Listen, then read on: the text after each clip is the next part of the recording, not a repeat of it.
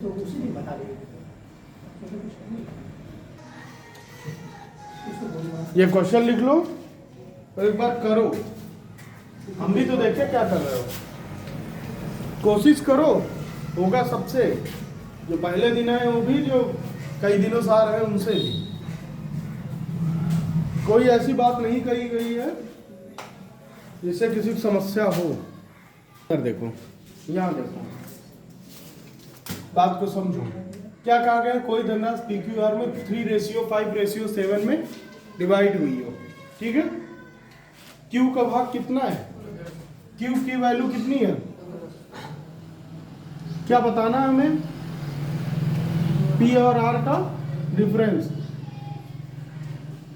यही तो हमें बताना है। ये क्या है? Q बराबर 1500। Q की वैल्यू है, ठीक, 753, यही है ना। तो टोटल वैल्यू क्या होगी? P plus Q plus R। Total value क्या होगी? 1500 नहीं होगी सर। 7 5 12 3 15, रेशियो में 15, x या कुछ भी मान लो, ठीक है। क्यों? क्योंकि रेशियो भी हटा नहीं है, यही है। Q की वैल्यू क्या है? 5, ठीक। इतना समझ में आ रहा है? यही है ना। हमने क्या बताया था? टोटल वैल्यू आपको पता है? 15 टोटल वैल्यू पता है, नहीं। ठीक। तीनों का रेशियो क्या है? तो रेशियो का जोड़, ऐड 15, यही बात है ना। याद आया कुछ इससे पहले वाले क्वेश्चन का? फिर ये किसकी वैल्यू है? Q की। Q कितना है? 5 बराबर क्या हो गया? अब यही देखो, सबको समझना है यही बात। क्यों समझना? क्यों ये लिखा गया है 1500 बराबर? हमें क्या दिया गया है? हमें Q की बात कही गई है। किसकी बात कही गई है? इस Q के बारे में हमें बताया गया, यही ना। ना हमें टोटल बताया गया है, ना हमें R बताया गया है, ना हमें P बताया गया है, ठीक। Q जब हमें 1500 दिया गया है तो 2000 वाला जो क्वेश्चन था इससे पहले 2000 अपॉन 5 क्या लिखे थे? 5 लिखे थे। क्यों? ये रेशियो वाली वैल्यू आई थी, रेशियो वैल्यू आई थी ना। फिर उसी से हमने क्या किया था? PQR की वैल्यू निकाल ली थी। अब हमें क्या किया गया है? अब हमें Q की वैल्यू को दिया गया है। इस Q की वैल्यू को हमें बताया गया है कितना? 15। तो टोटल वैल्यू, 4500। टोटल वैल्यू 4500 ये आएगी 4500। अब सुनो, कुछ लोगों को और भी अभी कर चुके, क्यों नहीं आया ना? आप देखो 4500 नहीं आया। PQR है 3:5:7, यही है। अब हमें टोटल क्या है? 1500 की बात भूल जाओ, 4500 है। इन तीनों की वैल्यू धनराशि कितनी है? 4500। अब हम तुमसे कहें Q कितना होगा? Q का हिस्सा क्या होगा? कैसे? दिया नहीं, उसको भूल जाओ, नहीं दिया उसको, सोचो नहीं दिया है। तुम्हें टोटल वैल्यू दे दी गई, टोटल धनराशि दे दी गई, टोटल अमाउंट दे दिया गया। अब तुम्हें Q की जो है अमाउंट पता करना है। हम कह रहे हैं टोटल, रुक जाओ एक मिनट मनोज, हमने तुमसे क्या कहा? टोटल क्या दिया है? अमाउंट 4500। Q का क्या हिस्सा होगा? यही करते थे ना। ये तीनों का हिस्सा है कि नहीं है? ये 7 5 12 3 15, कितना आ गया? 300 आया। क्या आया? रेशियो की वैल्यू आई। इन तीनों में कॉमन जो है वो 300 है। रेशियो क्या होता है? रेशियो क्या होता है पहले बताओ? 12 है, ठीक, 24 है, 36 है, यही है, यही है। इसके बाद इसमें हम कॉमा हटाते हैं, रेशियो लगाते हैं। रेशियो हमेशा, अनुपात हमेशा सबसे छोटे नंबरों में लिखा जाता है, ये बात पता है। अब इसको किसी ऐसे नंबर से डिवाइड करो जो तीनों को बराबर काट दे, मतलब 6 से करो, 6 दूनी 12, 6 24 और ये 36। अभी भी ये कटेगा कि नहीं कटेगा? 2 से कटेगा ना, क्या हो जाएगा? 1:2:3। ये 300 क्या है? इन्हीं सबका जिस नंबरों से इसको काट के 1:2:3 लाए हो, वही एक ऐसा नंबर है, कॉमन नंबर है, हाईएस्ट नंबर है, जिससे ये कोई ऐसी संख्याएं थी जो 300 से क्या हो गई थी, डिवाइड होकर ये बनी। यही 300 आया है ना। अब Q की वैल्यू क्या होगी? इसमें से गुणा करो तो Q की वैल्यू तुम्हें आ जाएगी कि नहीं आ जाएगी? क्या आ जाएगी? 1500। P की वैल्यू अभी भी इस बात को कंफ्यूजन है कि 4500 कहां से आया? बोलो राहुल, अभी भी कंफ्यूजन है। हमने तुमको 3 नंबरों में से एक नंबर की वैल्यू दे दी, एक इसकी वैल्यू Q की हमने तुम्हें दे दी, क्या तुम तीनों की वैल्यू को नहीं बता सकते हो? बता सकते हो। कोई दिक्कत हो तो बताओ। अब ये क्या आया? 4500। तो समस्या हो तो हमें जरूर बताना, बिना समझे यहां से मत बाहर निकलना। 4500 आया, क्या कहा गया? P और R के भागों का अंतर। या तो यहां से P निकालो या तो R निकालो, नहीं तो 7 R है, 7x R है और 3x Q है, P है, ठीक है। 7 और 3 का अंतर क्या होता है? 4। यही तो बात की गई है, इसका गुणा 4 से। क्यों?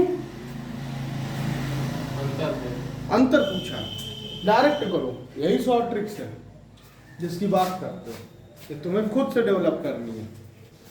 इसका और इसका अंतर ही तो पूछा है। रेशियो में भी तो अंतर सेम होगा, वैल्यू में भी सेम होगा हमेशा। अभी तुमको दिखाता हूँ वैल्यू और रेशियो में। ये हो गया। फिर क्या बात की गई थी? तीनों का योग कितना है? 1500। इधर क्या हो जाएगा? और कितना अंतर आएगा? यही आपका आंसर होगा। अब तुम सोच रहे होगे 4 कहां से आया? समझ में आ गया क्या? 4 कहां से आया? बोलो किसको? ये 4 कहां से आया? R और P का अंतर क्या है? और बटे 15। क्यों? टोटल वैल्यू है। टोटल नंबर कितने हैं? रेशियो को सबको जोड़ लो, कितना है? 15। रेशियो सबको जोड़ के नीचे, और जिस नंबर की बात की जाए उसका गुणा ऊपर। अगर यहाँ x भी लिखोगे, यही तो होता है, यही बात थी ना। तो इस x से इस x कट जाएगा, बात तो यही हुई। तो उसको सीधे क्यों नहीं करते हो? कोई ऐसा जिसको ना समझ में आया हो। अगर आ गया है तो एक क्वेश्चन और लिख लो फिर इसी बात पे। हम भी तो देखें क्या समझ में आया।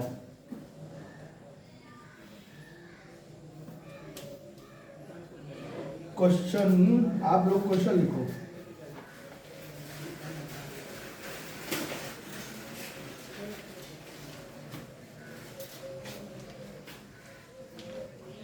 लिखो क्वेश्चन।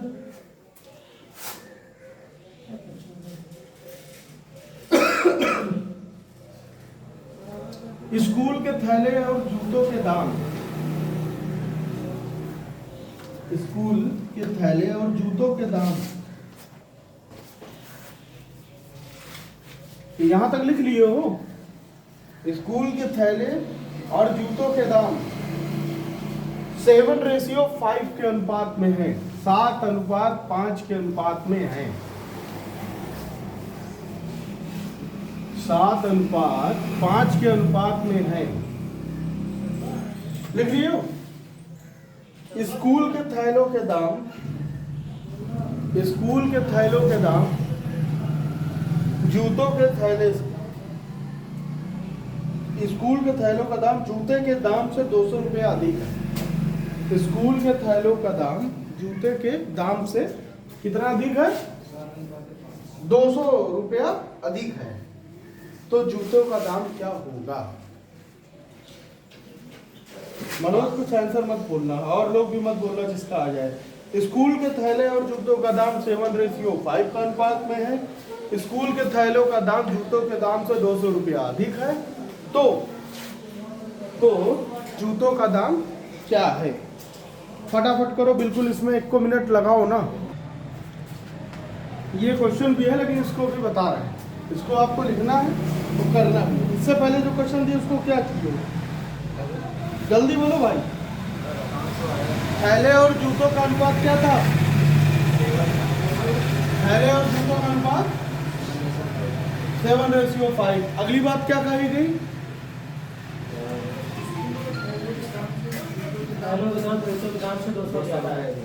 थैले का दाम जूते के दाम से, ये क्या था?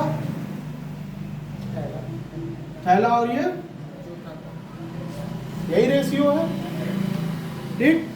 रेशियो मतलब यहाँ कुछ ना कुछ दोनों में कॉमन होगा तभी ये रेशियो इतना छोटे नंबर्स पे आया। यही मतलब होता है ना रेशियो का भी बताए थे। तो वो नंबर हमें क्या है नहीं पता है, नहीं पता है तो क्या करते हैं? 7x - 5x = क्यों? थैलों का दाम जूतों के दाम से क्या है? 200। इसका मतलब ये है कि थैले और जूते के दाम में 200 रुपए का क्या है? अंतर है। बड़ा कौन?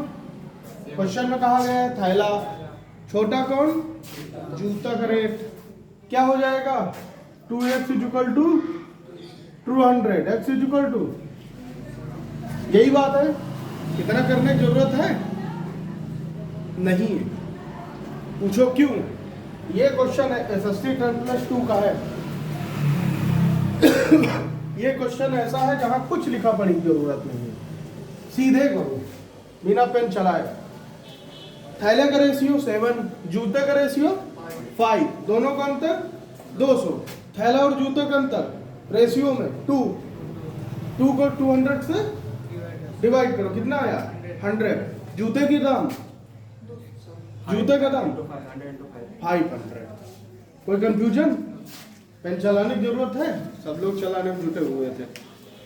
क्वेश्चन सही से पढ़ो, वही से आपको आंसर मिलेगा। ये सवाल देखो, एक व्यक्ति अपने 4 मित्रों ABCD में 1/3 रेशियो 1/4 और रेशियो 1/5 रेशियो 1/6 के अनुपात में बांटे। तदनुसार उस व्यक्ति के पास पेनों की न्यूनतम संख्या कितनी होनी चाहिए? कोई वैल्यू परफेक्ट वैल्यू है? कैसे होगा क्वेश्चन? कैसे होगा क्वेश्चन? दिमाग को यूज करो। अब हमारे पास कोई परफेक्ट वैल्यू नहीं दी है और उसने परफेक्ट वैल्यू की बात भी नहीं की। उसने क्या कहा? न्यूनतम, मतलब मिनिमम, कम से कम। ये क्या है? 1/3 और इधर रेशियो में 1/4 1/5 और ये 1/6। वैल्यू की बात को छोड़, क्या पूछा उसकी बात पहले छोड़ो। पहला हमें क्या काम करना है? सबका हर बराबर करना है। क्यों? क्योंकि कोई भी अनुपात फ्रैक्शंस में नहीं होने चाहिए, मतलब भिन्न में नहीं होने चाहिए, ठीक। रेशियो की सबसे पहला बेसिक रूल यही है कि वो कभी फ्रैक्शंस में नहीं होने चाहिए। अगर हमें एक्चुअल रेशियो बताना है तो फ्रैक्शन को हटाना है, ठीक। फ्रैक्शन हटाने के लिए सबका हर बराबर करेंगे। इन सब का हर बराबर करो। 3, 4, 5, 6, 3, 4, 5 और 6 का एलसीएम ले डालो।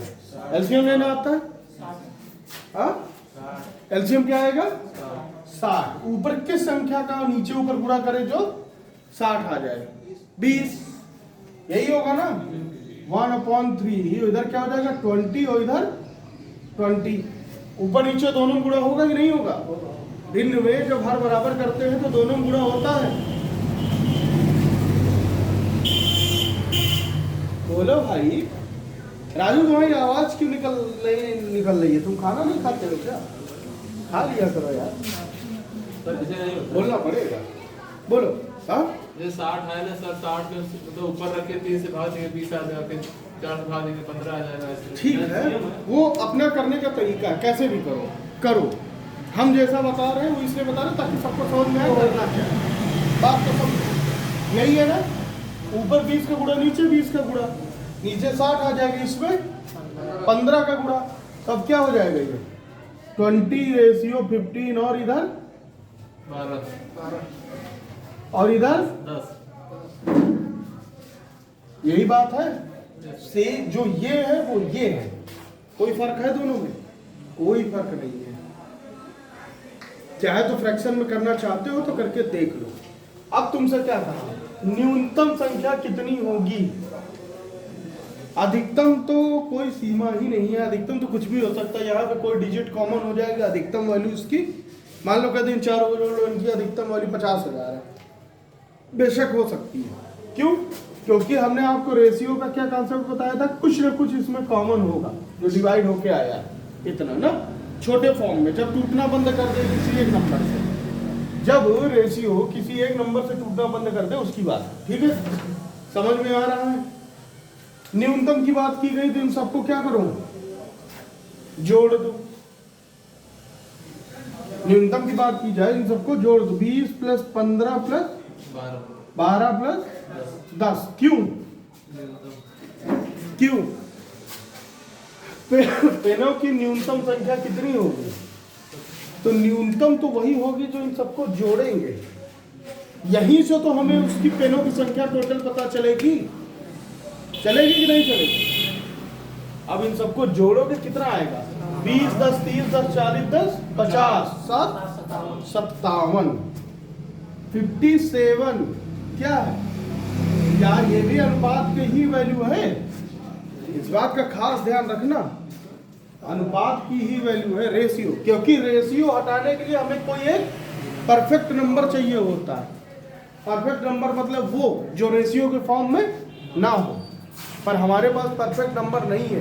तो हमें यहाँ क्या करना, हमें यहाँ ब्लाइंड गेम खेलना है, आंख बंद करने वाला। हमें हर चीज को यहाँ सपोज करते चलना है, मानते चलना है। हमने न्यूनतम वैल्यू क्या निकाली? 57, सबको जोड़ दिया। भाई इन सबको जोड़ेंगे तो ये रेशियो टोटल पेनों की संख्या है ना, अलग अलग टुकड़ों में टूट गया ABCD के, और जब सबको जोड़ोगे तो कम से कम 57 पेनें तो हमारे पास होंगी ही होंगी। होंगी कि नहीं होंगी राजू? 57 पेनें हमारे पास कम से कम होंगी कि नहीं होंगी? इतना बताओ। वो अधिकतम नहीं बता सकते। क्यों नहीं बता सकते? क्योंकि हमारे पास कोई परफेक्ट नंबर नहीं है, कुछ भी हो सकता है।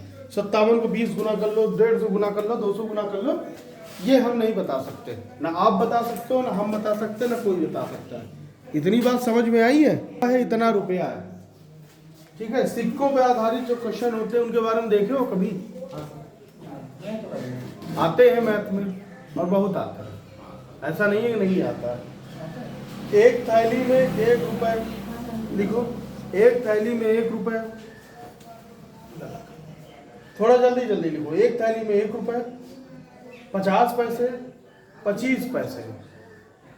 एक थैली में 1 रुपए, 50 पैसे, 25 पैसे के सिक्कों की संख्या, के सिक्कों की संख्या लिख लिए। के सिक्कों की संख्या 1:4 है। 4 के अनुपात में, 1:4 के अनुपात में, ठीक है? यदि उनका कुल मूल्य, सारे सिक्कों की टोटल वैल्यू,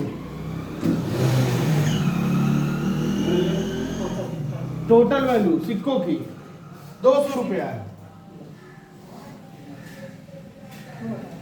200 रुपया है, ठीक है? तो 25 पैसों की संख्या कितनी होगी? 25 पैसों की संख्या कितनी होगी? 25 पैसों की संख्या कितनी होगी? यहां देखो, बाकी हो गया। किस किस सिक्कों की बात की गई है? 50 पैसा, 1 रुपया और 50 पैसा और 25 पैसा। यही तो बात की गई है। इसका क्या है? इन तीनों का रेशियो क्या है? 1:4:4। ठीक। 1 रुपए में कितने सिक्के होते हैं? एक के एक ही होगा। 1 रुपए में एक का एक सिक्का होता है। 1 रुपए में 50 पैसे कितने सिक्के होंगे? कितने होंगे? 2। और 25 पैसे के 4। 10 पैसे के 5 पैसे के। ये बात यहां तक सबको पता है? सिक्कों की बात पता है कि नहीं पता? हाँ? ये क्या है? रेशियो सिक्कों का। ठीक है सर जी, 2 वाला सर सिर्फ 25 पैसे का 4 सिक्का है तो 1 रुपया बनेगा ना? अब यही तो हमें नहीं बनाना है। क्यों सर?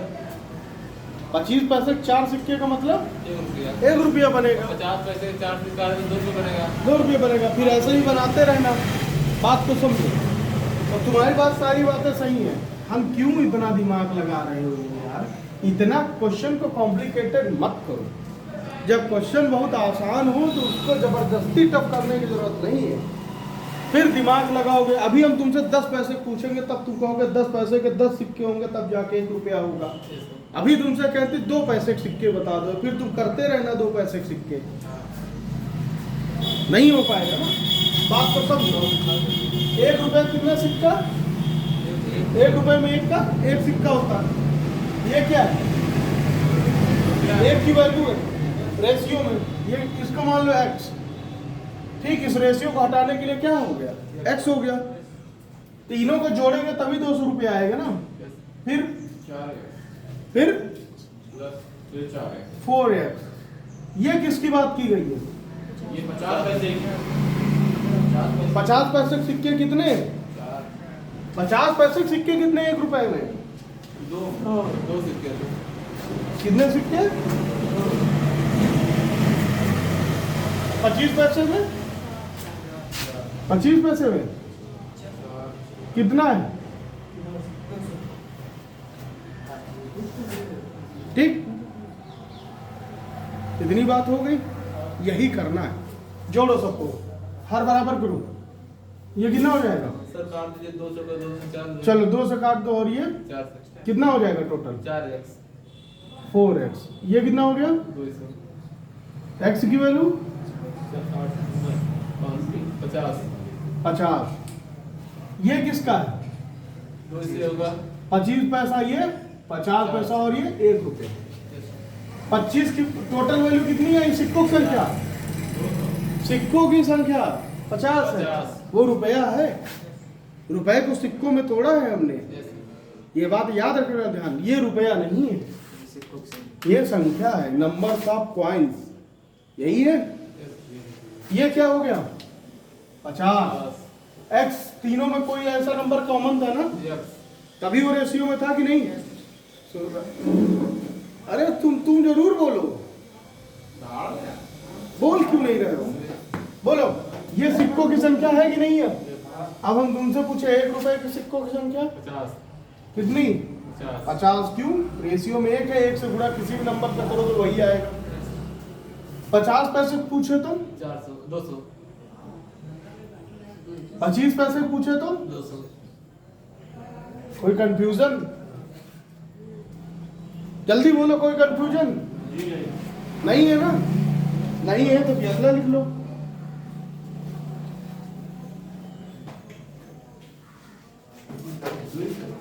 एक संदूक में 1 रुपया 50 पैसे 25 पैसे।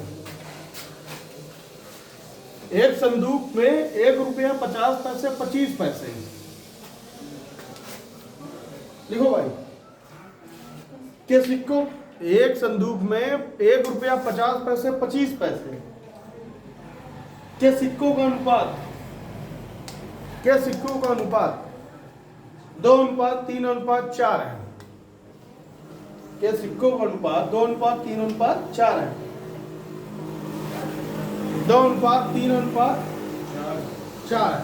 यदि सिक्कों का कुल मूल्य, यदि सिक्कों का कुल मूल्य, और जो कर लेगा एकदम आराम से कॉपी बंद करके रखेगा। सिक्कों का कुल मूल्य 180 रुपया है। 180 रुपया है। तो किस प्रकार के सिक्कों की संख्या सबसे अधिक और कितनी होगी? किस प्रकार के सिक्कों की संख्या सबसे अधिक और कितनी होगी?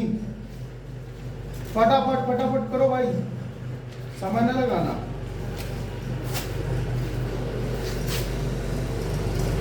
देखो यहां देखो, क्वेश्चन पढ़ो, जल्दी बोलो। रेशियो बताओ पहले हमको सबका। 2 रेशियो क्या है? 2:3:4। टोटल कितने रुपया? 180। 1 रुपया 50 पैसा 25 पैसा, यही है ना? ये क्या हो जाएगा? 2x plus 3x upon 2 plus 4x upon 4 is equal to 180। 4 से 4 काट दो, 2 कैसे कर लो? 4x प्लस 3x प्लस के 2x बराबर 180। यही बात है, यही बात है कि नहीं है? हाँ, 4 3 7 2 9 9 2 18 20। एक्स की वैल्यू 20। अब कुछ भी पूछे तो बता सकते हो, नहीं बता सकते? सर ये 2 कहाँ गया? 2 तो हमने एलसीएम ले लिया ना, सब में 2 हटा दिया। बटे में तो 2 रहता है। अच्छा गुणा कर लो, हाँ गुणा होगा, सॉरी 40। यही ना, यही है 40 भाई। 2 एलसीएम लिया, प्लस में है तो हाँ 2 इधर आएगा, ठीक है। रेशियो में कट जाता है लेकिन इसमें नहीं कटेगा। अब 20 समझो, अब 20 समझो। ये 20 गुणे 2 भी है, 20 गुणे 2 भी है 40 है। 20 कहां से आया बताओ, जल्दी जल्दी बोलो, बोलो। अरे यार 4 3 7 2 9, ठीक 9 हुआ कि नहीं हुआ? 9 को उस तरफ ले जाओगे, 180 भाग करो, 9 को 180 भाग करो, क्या होगा? 180 को 9 से भाग करोगे, 20 आएगा। पहले तो तुम अपने दिमाग को खोलो और यहीं रखो, कहीं और कुछ और मत सोचो। दिमाग खुला सर, दिन भर सोचने के लिए। चलो एक क्वेश्चन और लिखो, थोड़ा सा चेंज कर रहा है। इसकी बात को समझना, इस क्वेश्चन की, क्वेश्चन में कुछ नहीं है, बस कैसे करते हो ये देखना। एक बॉक्स में 1 रुपया 50 पैसा 25 पैसा, एक बॉक्स में 1 रुपया 50 पैसा 25 पैसा, एक बॉक्स में 1 रुपया 50 पैसा 25 पैसा के सिक्कों की संख्या, के सिक्कों की संख्या 280 है। बात को समझना, क्वेश्चन सही लिखना। 1 रुपया 50 पैसा 25 पैसा के सिक्कों की संख्या एक बॉक्स में कितनी है? 280, ठीक है 280 है। प्रत्येक प्रकार के सिक्कों का मूल्य, प्रत्येक प्रकार के सिक्कों का मूल्य, प्रत्येक प्रकार के सिक्कों का मूल्य, यहां तक लिख लिए? 8:4:3, 8:4:3 है, 8:4:3 है। तो 50 पैसे के सिक्कों की संख्या बताइए। तो 50 पैसे के सिक्कों की संख्या, जल्दी सवाल को पढ़ो और समझो और करो। एक बॉक्स में 1 रुपया 50 पैसे और 25 पैसे के सिक्कों की संख्या 280 है। प्रत्येक प्रकार के सिक्कों का मूल्य 8:4:3 के अनुपात में है। तो 50 पैसे को सिक्कों की संख्या बताइए। सिक्कों की संख्या बतानी है, क्यों कर रहे हैं? देखो इधर क्वेश्चन क्या था, सब लोग इधर इधर हमारी तरफ। क्वेश्चन क्या था? एक बॉक्स में 1 रुपए 50 पैसे और 25 पैसों को सिक्कों की संख्या, सिक्कों की संख्या 280 है। कितनी है भाई साहब? इससे पहले जितने क्वेश्चन आप किए हो उसमें क्या था? क्या था? क्या था? वैल्यू दी हुई थी, रुपया दिया हुआ था। क्या दिया हुआ था? रुपया। बात को समझ रहे हो ना? लिखाते थे ना, रुपया। यहाँ क्या दिया हुआ है? सिक्कों की संख्या। बताना क्या है? रुपया। Just opposite. तो आप क्यों रुपए निकल तरीके से कर रहे हो जहाँ सिक्कों की संख्या बतानी है? अरे उसने हमें सिक्कों की संख्या का रेशियो दे दिया, उसने हमें सिक्कों की संख्या दे दी है, दे दी कि नहीं दे दी? हाँ? यही बात उसने कहा। ये सिक्कों का मूल्य मतलब ये पैसा का रेशियो दे दिया और ये सिक्कों की संख्या दे दी। अब इसको कैसे करोगे? उसमें क्या करते थे जब सिक्कों की संख्या निकालनी होती थी तो जोड़ते थे। यहाँ भी जुड़ेगा, बटे में आता था ना जितने सिक्के रहते थे, इसमें गुणा कर देंगे। इसमें क्या करेंगे? Just opposite. क्वेश्चन अपोजिट तो सॉल्यूशन अपोजिट। सॉल्व करने का तरीका जस्ट अपोजिट। इसमें क्या करेंगे? उसमें भाग करते थे ना सिक्के। 1 रुपए में 1 सिक्का तो 1/1 यही होता था। 25% सिक्कों की संख्या 4 तो बटे 4 होता था। 50% सिक्कों की संख्या 2 तो बटे 2। यहाँ क्या करेंगे? यहाँ सिक्कों की संख्या बताई गई है, यहाँ क्या करें? वहाँ भाग होता था, यहाँ गुणा होगा। काम पूरा वही होगा पर क्या होगा? गुणा होगा। 8x, यही तो एक ही सिक्का होता है ना 1 रुपए में। फिर 50 पैसे में, फिर सब सिक्कों की संख्या यही है ना। पैसे से सिक्कों की संख्या सिक्का बना लिए और टोटल सिक्कों की संख्या 280। एक्स की वैल्यू निकाल दो। कोई भी क्वेश्चन तुमसे पूछ ले नहीं बता पाओगे। यही के गलत तो नहीं बता रहे हैं।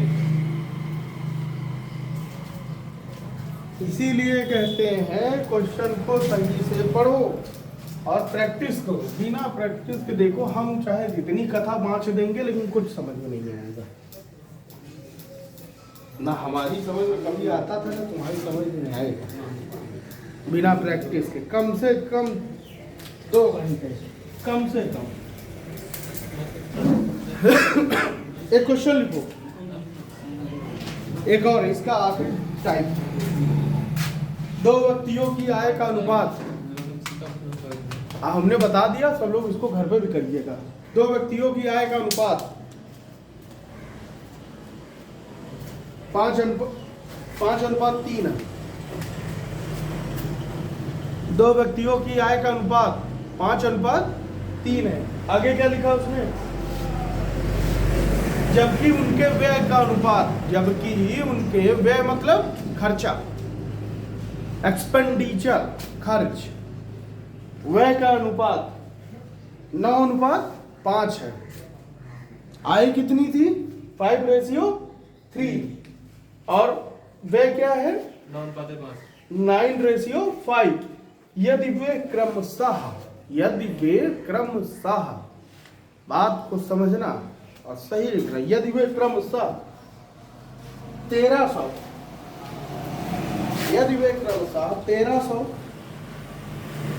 और 900 बचाते हैं, 900 बचाते हैं, तो प्रत्येक की आय क्या होगी? प्रत्येक की आय क्या होगी? यदि वे क्रमशः 1300 और 900 बचाते हैं तो प्रत्येक की आय क्या होगी?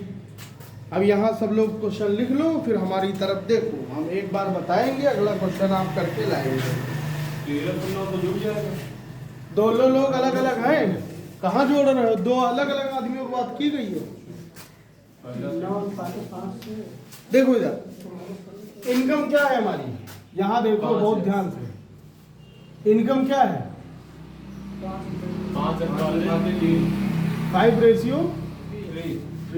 एक्सपेंडिचर क्या है? खर्च 9:5। सेविंग क्या है? 1300 और कॉमन 900। ये पर्सन ए है, ये पर्सन बी है। ये पूरा डेटा ए का है इधर वाला, और ये पूरा डेटा बी का है। यही बात है ना भाई? इसकी इनकम इतनी, इसका एक्सपेंडिचर इतना, इसकी इनकम इतनी, इसका एक्सपेंडिचर इतना, इसका ये सेविंग, इसकी ये सेविंग। फिर क्या बोले थे? रेशियो कहीं ना कहीं किसी न किसी छोटे नंबरों से ही डिवाइड होके बनता है या बड़े नंबर से। ठीक है, हाईएस्ट कॉमन फैक्टर है CR। किसी ने कोई ना कोई इसमें हाईएस्ट कॉमन होगा, ठीक है। अब वो क्या है नहीं पता, क्या है नहीं पता। इनकम क्या है मान लेते हैं, इनकम का कॉमन एक्स, एक्सपेंडिचर का कॉमन वाई। बात यहाँ तक समझ में आई? वाई समझ में आई? बात को समझो। ये क्या है 5x। पहले हमको बताओ सेविंग क्या होती है हमारी, बचत क्या है? बराबर का होता है ना आय माइनस व्यय। जो हमारी आय होगी उसी से तो कुछ पैसा बचाएंगे, और जितनी आय है क्या सारा पैसा बच सकता है? खर्चा भी होगा। तो फिर सेविंग कहाँ से आती है? हमारी जो हम कमा रहे हैं और जो खर्च कर रहे हैं उसके बाद जो अमाउंट हम कहीं सेव कर रहे हैं, बचा रहे हैं, वही क्या है? बचत। कोई अलग से तो बात कही नहीं, जनरल लाइफ की बात की गई है जो जीवन में हमेशा चलता है। क्या हो जाएगा? आय माइनस व्यय। पहले वाले का व्यय कितना है? कितना है? 9y। y क्यों? क्योंकि रेशियो को हमने हटाया है। ठीक, कितनी बार समझ में आ रही है? कोई दिक्कत किसी को नहीं है ना? फिर आय और व्यय को घटाएंगे तो क्या होगा? बचत आएगी। ये क्या हो जाएगा? पहले आदमी की बात, मतलब इक्वेशन नंबर 1। ठीक, इतनी सी बात समझ में आई। दूसरे में अब तुम लोग बोलो, दूसरे में 5y। फिर ये क्या हो जाएगी? दूसरे आदमी की बात, मतलब इक्वेशन नंबर 2। इक्वेशन सॉल्व करना जानते हो? कोई ऐसा जिसको ये इक्वेशन सॉल्व करना नहीं आती है? बोलो बोलो बोलो। इक्वेशन सॉल्व देखो कैसे होती है। इधर सुन लो हमारी बात एक बार और गलती मत करना। अभी क्वेश्चन देंगे, फिर गलती करोगे तो फिर वो क्वेश्चन बताएंगे भी। कोई एक x की वैल्यू या y की वैल्यू, ये पक्ष या तो ये कोई एक ऐसा हो जिसको बराबर कर लो, जोड़ने या घटाने पे पूरा एक अल्फाबेट वाली वैल्यू क्या हो जाए? कट जाए।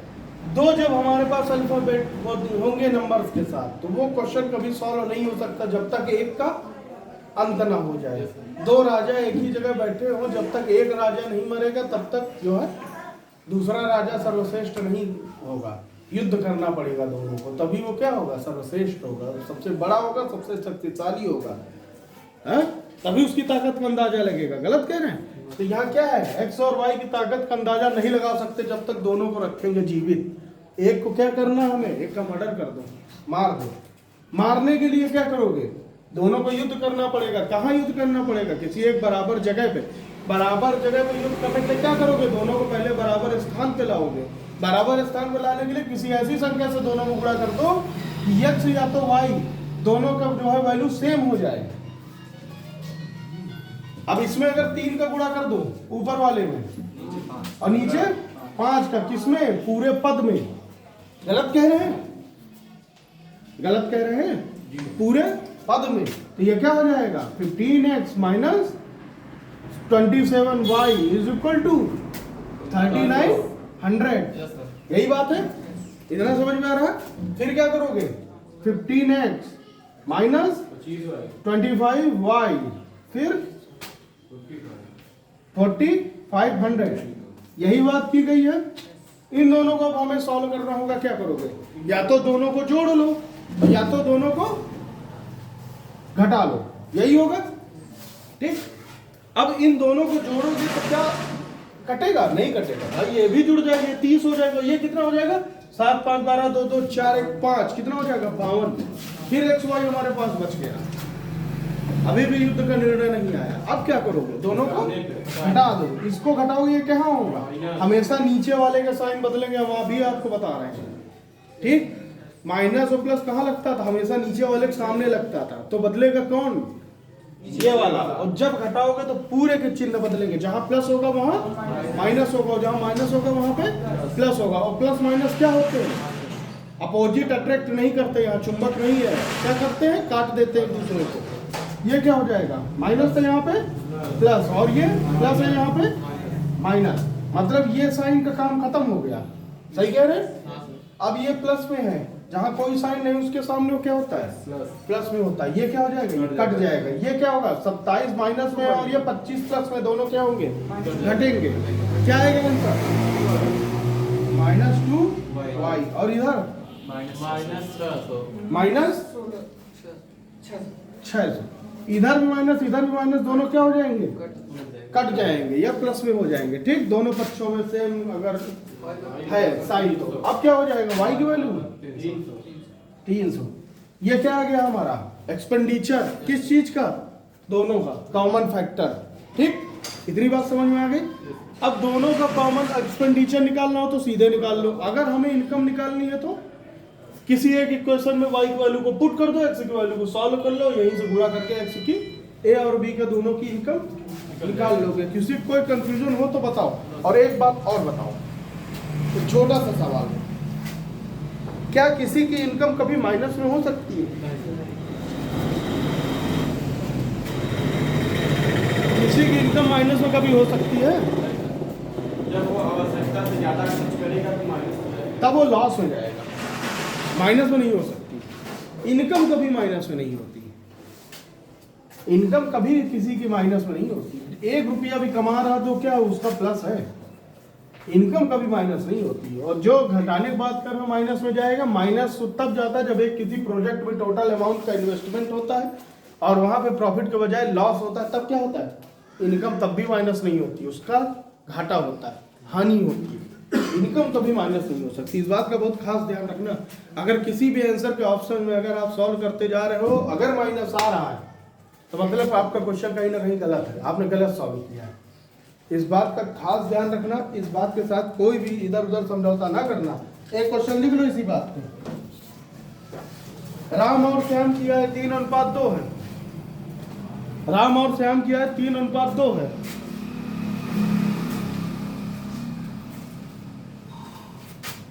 क्या लिखा हमने, राम और श्याम किया है 3:2 है तथा उनका व्यय का अनुपात 2:1 है। शॉर्ट फॉर्म में लिखो क्वेश्चन, इतना लंबा चौड़ा जो है राम का दोनों लिखो।